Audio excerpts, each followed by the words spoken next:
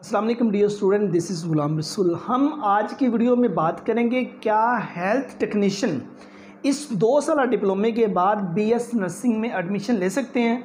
तो स्टूडेंट्स इसका जवाब होगा कि आप हेल्थ टेक्नीशियन के इस 2 इयर्स डिप्लोमे के बाद बीएस नर्सिंग में एडमिशन नहीं ले सकते। अगर बीएस नर्सिंग की एलिजिबिलिटी क्राइटेरिया की बात करें तो आपका एफएससी प्री मेडिकल होना ज़रूरी है। अगर मीन्स आपने इंटरमीडिएट में फिज़िक्स, बायोलॉजी, केमिस्ट्री ये 3 सब्जेक्ट्स अगर आपने इंटरमीडिएट में पढ़े हुए हैं, ए लेवल में पढ़े हुए हैं, तो उसके बाद आप बीएस नर्सिंग के लिए एलिजिबल होंगे। और बीएस नर्सिंग के अगर दौरानिए की बात करें 4 से 5 साल का ये डिग्री प्रोग्राम आ जाता है। गवर्नमेंट सेक्टर के जो इदारे हैं, हॉस्पिटल्स हैं, उनमें इसका मेरिट ज़्यादा होता है।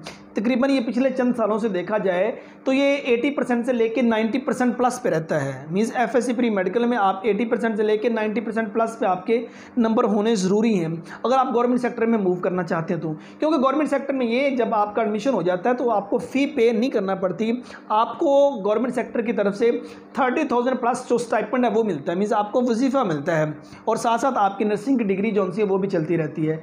ठीक है, अगर आप प्राइवेट सेक्टर में मूव करना चाहते हैं तो प्राइवेट सेक्टर में बीएस नर्सिंग ऑफर हो रही है, लेकिन वो फ़ी आपसे चार्ज करेंगे। प्राइवेट सेक्टर की फ़ी की बात करें तो वो आपसे कोई तकरीबन 80-90,000 से लेके 1 लाख प्लस तक भी आपसे वो पर सेमेस्टर चार्ज कर सकते हैं। कम या ज़्यादा हो सकती है, ये उस इदारे पर डिपेंड करता है जिस इदारे में आप एडमिशन लेते हैं। ठीक है, और बाकी मतलब कि अगर बीएस नर्सिंग कर लेते हैं तो बीएस नर्सिंग के बाद जो एम्प्लॉयमेंट एरिया आ जाता है, इसके लिए तकरीबन 99% जॉब स्टूडेंट्स के लिए पड़ी होती हैं।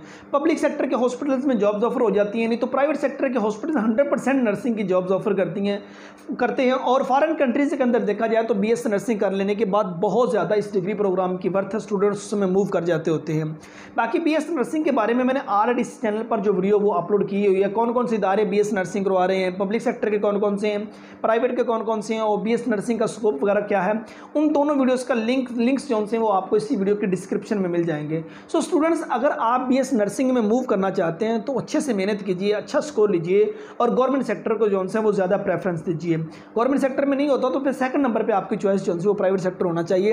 गवर्नमेंट सेक्टर में एडमिशन हो जाता है तो 4-5 साल स्टूडेंट्स आपको स्टाइपेंड भी मिलता रहेगा और उसके साथ साथ आपकी जो स्टडी है वो भी जारी रहेगी। सो ये हमारी आज की वीडियो थी।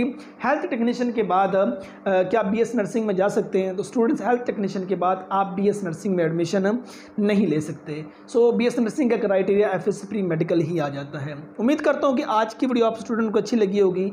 नेक्स्ट वीडियो में मिलते हैं। अपना बहुत सारा ख्याल रखिएगा। फी अमानिल्लाह।